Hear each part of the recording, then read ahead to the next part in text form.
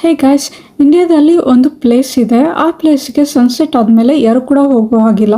ಇಂಡಿಯಾದ government ban ಮಾಡಿದೆ.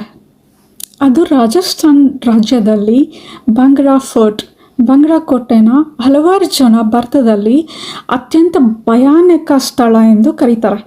ಆದರೆ ಇಲ್ಲಿ ನಿಜವಾಗ್ಲೂ ಭೂತ ಬಂಗ್ಲೆನ ಅಥವಾ ಕೇವಲ ಒಂದು ಇತಿಹಾಸದ ಕಥೆಯ ನೋಡಬೇಕು.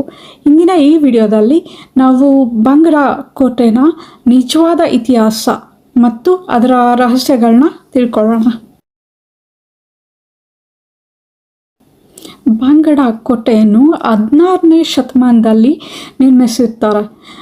ಇದನ್ನು ರಾಜ ಮಧೋ ಸಿಂಗ್ ಅವರಿಂದ ಕಟ್ಟಿಸಲಾಗುತ್ತೆ ಅಂತ ಕೂಡ ಹೇಳಲಾಗುತ್ತೆ. ಒಂದು ಕಾಲದಲ್ಲಿ ಇದು ಬಹಳ ಸಮೃದ್ಧ ಪಟ್ಟಣ, ಅಂದರೆ ಪ್ರಾಸ್ಪರಸ್ ಟೌನ್. ಅಲ್ಲಿ ಮಾರುಕಟ್ಟೆ ಮತ್ತು ದೇವಾಲಯಗಳು, ಅರಮನೆಗಳು ಎಲ್ಲವೂ ಇತ್ತಂತೆ. ಆದರೆ ಒಂದಿನ ಎಲ್ಲವೂ ಬದಲಾಗುತ್ತೆ. ಆ ಸಮಯದಲ್ಲಿ ರಾಜ್ಗಢದಲ್ಲಿ ರತ್ನಾವತಿ ಎಂಬ ರಾಜ್ಕುಮಾರಿ ಇರ್ತಾಳೆ. ಅವಳು ಎಷ್ಟು ಬ್ಯೂಟಿಫುಲ್ ಆಗಿರ್ತಾಳೆ ಅಂದರೆ ಇಡೀ ರಾಜ್ಯದಲ್ಲೇ ಅವಳಷ್ಟು ಬ್ಯೂಟಿಫುಲ್ ಗರ್ಲ್ ಯಾರೂ ಇರಲ್ಲ. ಇಡೀ ರಾಜ್ಯನೇ ಅವಳ ಬ್ಯೂಟಿಗೆ ಮಾರೋಗಿರ್ತಾರೆ. ಅಂಥ ಸಮಯದಲ್ಲಿ ಒಬ್ಬ ತಾಂತ್ರಿಕ, ಅಂದರೆ ಲೈಕ್ ಬ್ಲ್ಯಾಕ್ ಮೇಲರ್ಸ್ ಇರ್ತಾರಲ್ಲ, ಆ ಬ್ಲ್ಯಾಕ್ ಮೇಲರ್ ಆ ಹುಡುಗಿನ ಇಷ್ಟಪಡ್ತಾನೆ. ಆವಾಗ ರಾಜ್ಕುಮಾರಿ ಬ್ಲ್ಯಾಕ್ ಮೇಲರ್ ಪರ್ಸನ್ನ ಇಷ್ಟಪಡೋದಿಲ್ಲ. ಆ ರಾಜ್ಕುಮಾರಿ ಅವನ ಪ್ರೀತಿನ ರಿಜೆಕ್ಟ್ ಮಾಡಿದ್ದಕ್ಕೆ ಅವನಿಗೆ ಕೋಪ ಬರುತ್ತೆ. ಆ ಕೋಪದಲ್ಲಿ ಅವನು ಒಂದು ಮಂತ್ರ ಪ್ರಯೋಗ ಮಾಡ್ತಾನೆ. ಅವಾಗೆಲ್ಲ ಸುಗಂಧ ಎಣ್ಣೆ ಅಂತ ಹೇಳ್ತಾಯಿದ್ರು, ಫ್ರಾಗ್ನೆಂಟ್ ಆಯಿಲ್, ಅದನ್ನು ಯೂಸ್ ಮಾಡ್ತಾಯಿದ್ರು. ಆ ಎಣ್ಣೆಯಲ್ಲಿ ಒಂದು ಮಂತ್ರನ ಜಪಿಸ್ಬಿಟ್ಟು ಆ ಎಣ್ಣೆಯಲ್ಲಿ ತುಂಬಿಸ್ಬಿಟ್ಟು ಕೊಡ್ತಾನೆ. ಅದು ಹೇಗೋ ರಾಜ್ಕುಮಾರಿಗೆ ಗೊತ್ತಾಗುತ್ತೆ ಇದರಲ್ಲಿ ಮಂತ್ರ ಹಾಕಿದ್ದಾನೆ ಅಂದ್ಬಿಟ್ಟು. ಆಗ ಆ ಎಣ್ಣೆನ ಏನು ಮಾಡ್ತಾಳೆ, ಒಂದು ಕಲ್ಲು ಬಂಡೆ ಮೇಲೆ ಅದನ್ನು ಸುರಿದಾಕ್ಬಿಡ್ತಾಳೆ.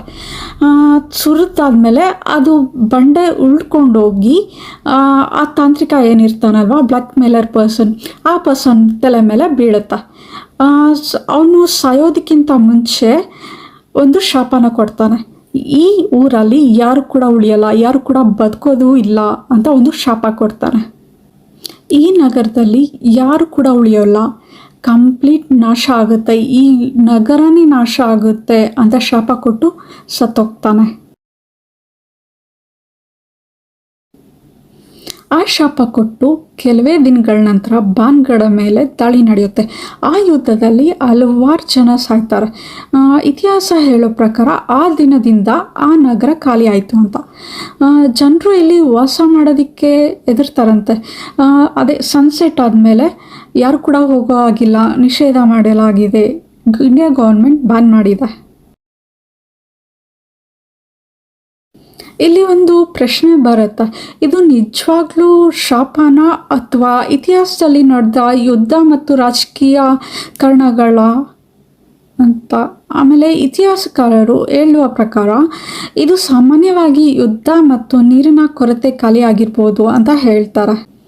ಆದರೆ ಅಲ್ಲಿನ ಸ್ಥಳೀಯರು ಇನ್ನೂ ಅಲ್ಲಿ ವಿಚಿತ್ರ ಶಬ್ದಗಳು ಮತ್ತು ನೆರಳುಗಳು ಕಾಣಿಸ್ತವೆ ಅಂತ ಹೇಳ್ತಾರೆ. ಆದರೆ ಇವತ್ತಿಗೂ ಜನರು ಹೇಳ್ತಾರೆ ಸನ್ಸೆಟ್ ಆದಮೇಲೆ ಅಲ್ಲಿ ಯಾರು ಕೂಡ ಉಳಿಯೋದಕ್ಕೆ ಸಾಧ್ಯ ಇಲ್ಲ ಅಂತ ಹೇಳ್ತಾರೆ. ಉಳಿದ್ರೆ ಮಾತ್ರ ಅಪಾಯ ಅಂತಲೂ ಹೇಳ್ತಾರೆ.